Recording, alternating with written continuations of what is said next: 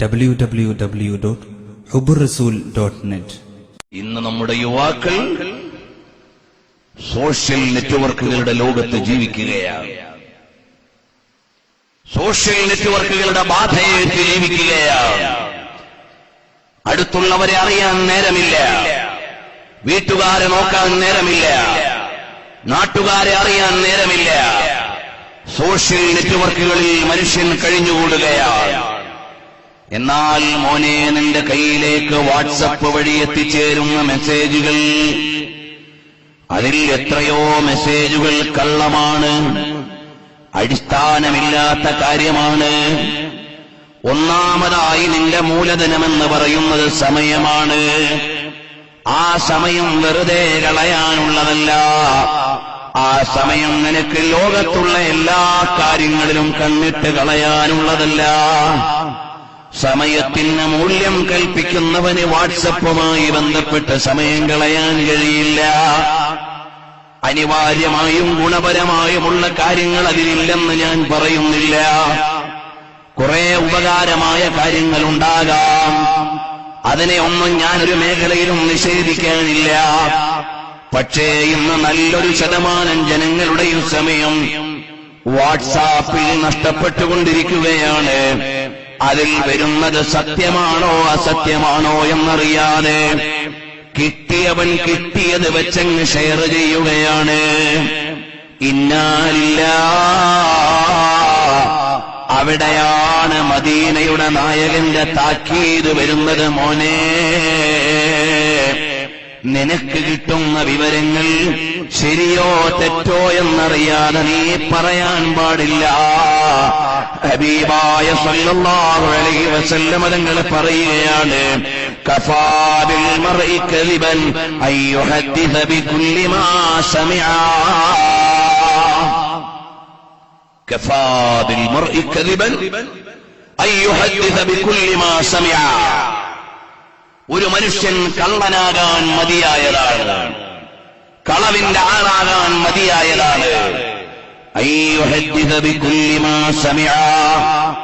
കേട്ടത് മുഴുവനും പറയുക എന്ന സ്വഭാവം ഒരാളിൽ ഉണ്ടായാൽ, കിട്ടിയത് മുഴുവനും ഷെയർ ചെയ്യുക എന്ന സ്വഭാവം ഒരാളിൽ ഉണ്ടായാൽ, അവൻ കളവിന്റെ ആളാകാൻ അതുമാത്രം മതി, വേറെ ആവശ്യമില്ല.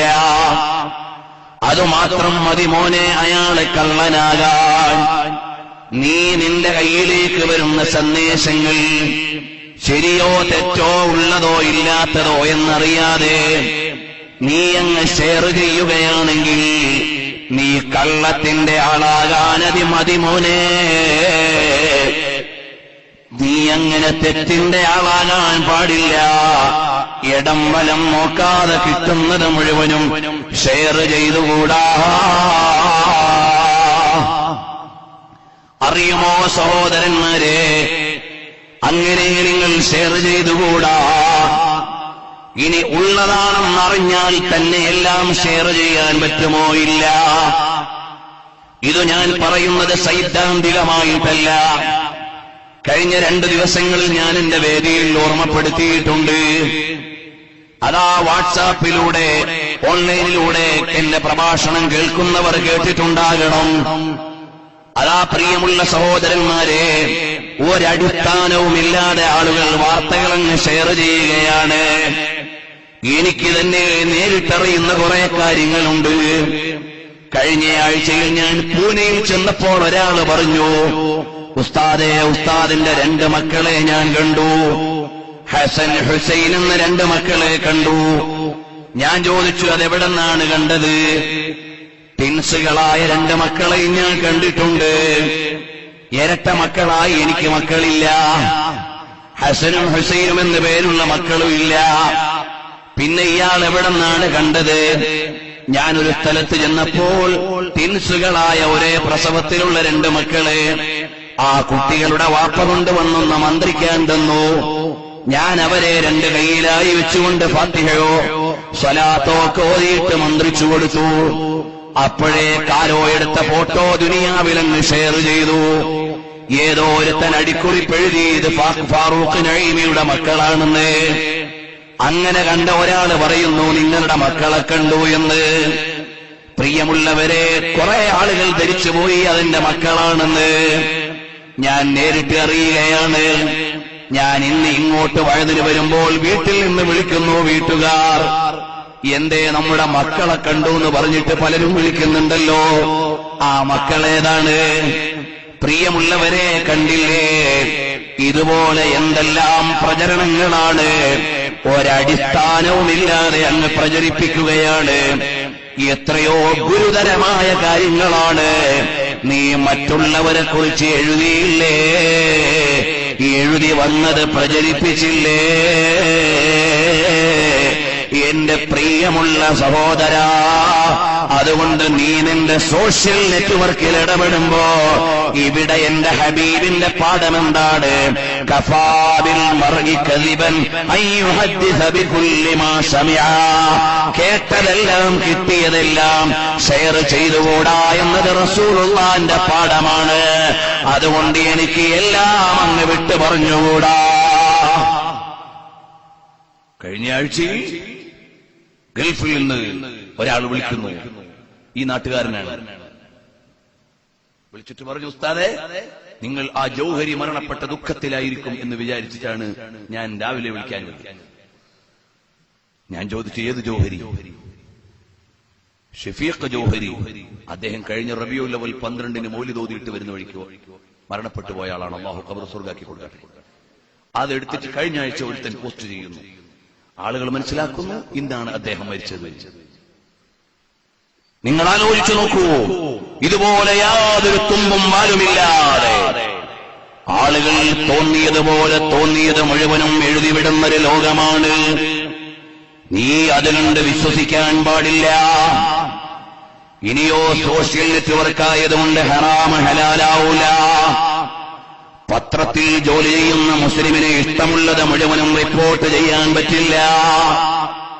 പത്രസ്വാതന്ത്ര്യമെന്ന് പറഞ്ഞാൽ കളവ് പറയാനുള്ളതല്ല. പത്രസ്വാതന്ത്ര്യമെന്ന് പറഞ്ഞാൽ കളവ് എഴുതാനുള്ളതല്ല. പത്രസ്വാതന്ത്ര്യമെന്ന് പറഞ്ഞാൽ ഒരാളെ അപകീർത്തിപ്പെടുത്താനുള്ളതല്ല. ഇഷ്ടമുള്ളത് മുഴുവനും എഴുതിവിടാനോ അടിച്ചുവിടാനോ ഉള്ളതല്ല. വിഷ്വൽ മീഡിയകളിൽ ഓരോ കാര്യങ്ങൾ കൈകാര്യം ചെയ്യുമ്പോ അടിസ്ഥാനമില്ലാത്ത കാര്യങ്ങൾ ചോദിച്ചിട്ട് സമയം കൊല്ലുന്ന മീഡിയ പ്രവർത്തകനുണ്ടെങ്കിൽ, മോനെ, നിനക്കുമുണ്ട് നിയമം, നിനക്കുമുണ്ട് അള്ളാഹുവിന്റെ പരീക്ഷണം, നിനക്കുമുണ്ട് അള്ളാഹുവിന്റെ നിയമങ്ങൾ. ഏത് മതക്കാരനായാലും വിശ്വാസിയായാലും നമ്മൾ സാമൂഹികമായ സുരക്ഷ കൂടി നോക്കേണ്ടവരാണ്. ആരെയും അപകീർത്തിപ്പെടുത്തിക്കൂടാ. ഇനി ഉള്ള കാര്യം തന്നെയാണ് നിനക്ക് ഷെയർ ചെയ്യാൻ പറ്റുമോ? ഉള്ളതെല്ലാം ഷെയർ ചെയ്യാനുള്ളതല്ല. ഒരാൾ ചെയ്ത തെറ്റ് അവന്റെ കൂട്ടുകാരനതാ ഫോട്ടോയിൽ പകർത്തുകയാണ്. ഒരുത്തൻ മദ്യപിച്ചു പോയി. കൂട്ടുകാരൻ ചെയ്യേണ്ടത് മദ്യപിച്ചുകൊണ്ടിരിക്കുന്ന ഫോട്ടോ എടുത്തിട്ട് ഷെയർ ചെയ്യലല്ല, അത് മറ്റൊരു കുറ്റമാണ്, അത് വേറൊരു പാതകമാണ്. ഒരുത്തൻ ഒരന്യ പെണ്ണുമായി സംസാരിച്ചുകൊണ്ട് നിൽക്കുന്നു, അത് തെറ്റാണ്. നീ അതിന്റെ സാഹചര്യം പോലും അന്വേഷിക്കാതെ ഫോട്ടോ എടുത്ത് ഇന്നയാൾ കണ്ടില്ലേ ഇന്നവളുമായി സംസാരിക്കുന്നു, നീ അത് ഫോട്ടോ എടുത്ത് ഷെയർ ചെയ്യൽ മറ്റൊരു കുറ്റമാണ്. ഒരുത്തന്റെ ന്യൂനതയും അന്വേഷിക്കാൻ എനിക്കും നിനക്കും ആരും അധികാരം തന്നിട്ടില്ല. ഒരാളുടെയും പിന്നാലെ പോകാൻ നിനക്ക് അധികാരം തന്നിട്ടില്ല. ഹബീബായ സല്ലല്ലാഹു അലൈഹി വസല്ലം തങ്ങളുടെ നിയമം വരികയാണ്, അൽ മുസ്ലിമു മൻ സലിമൽ മുസ്ലിമൂന മിൻ ലിസാനിഹി വയദിഹി. യഥാർത്ഥ മുസ്ലിമാരാണ് അവന്റെ നാവുകൊണ്ടോ അവന്റെ കൈകൊണ്ടോ വേറെ ഒരു മുസ്ലിമിനെയും പ്രയാസപ്പെടുത്താത്തവനാണ്, വേറെ ഒരു മുസ്ലിമിനും വേദനയുണ്ടാക്കാത്തവനാണ്. എന്റെ നാവും എന്റെ കൈയും വേറൊരു മുസ്ലിമിനും പ്രയാസമുണ്ടാക്കാതിരിക്കുമ്പോഴാണ് ഞാൻ യഥാർത്ഥ മുസ്ലിമാകുന്നത്. അതെങ്ങനെയാണ് മോനെ? കേട്ടോ, ഒരു മുസ്ലിമിനെ കുറിച്ച് നീ അറിഞ്ഞ തെറ്റായ ഒരു കാര്യം, അല്ലെങ്കിൽ അവൻ തെറ്റു ചെയ്ത ഒരു കാര്യം നിനക്ക് പ്രചരിപ്പിക്കാൻ അധികാരമില്ല. നീ ഗുണകാംക്ഷിയായിട്ട് അവനോട് ഉപദേശിക്കേണ്ടവനാണ്, അവനെ നന്മയിലേക്ക് ക്ഷണിക്കേണ്ടവനാണ്, അവന്റെ നല്ലതിലേക്ക് നീ ശ്രദ്ധിക്കേണ്ടവനാണ്. അതുപോലെ ഹബീബായ മുഹമ്മദുർ റസൂലുള്ളാഹ് സല്ലല്ലാഹു അലൈഹി വസല്ലം തങ്ങൾ പറഞ്ഞത്, മിൻ യദിഹി, എന്റെ കൈ കൊണ്ട് ഒരു മുസ്ലിമിനെയും വേദനിപ്പിച്ചുകൂടാ.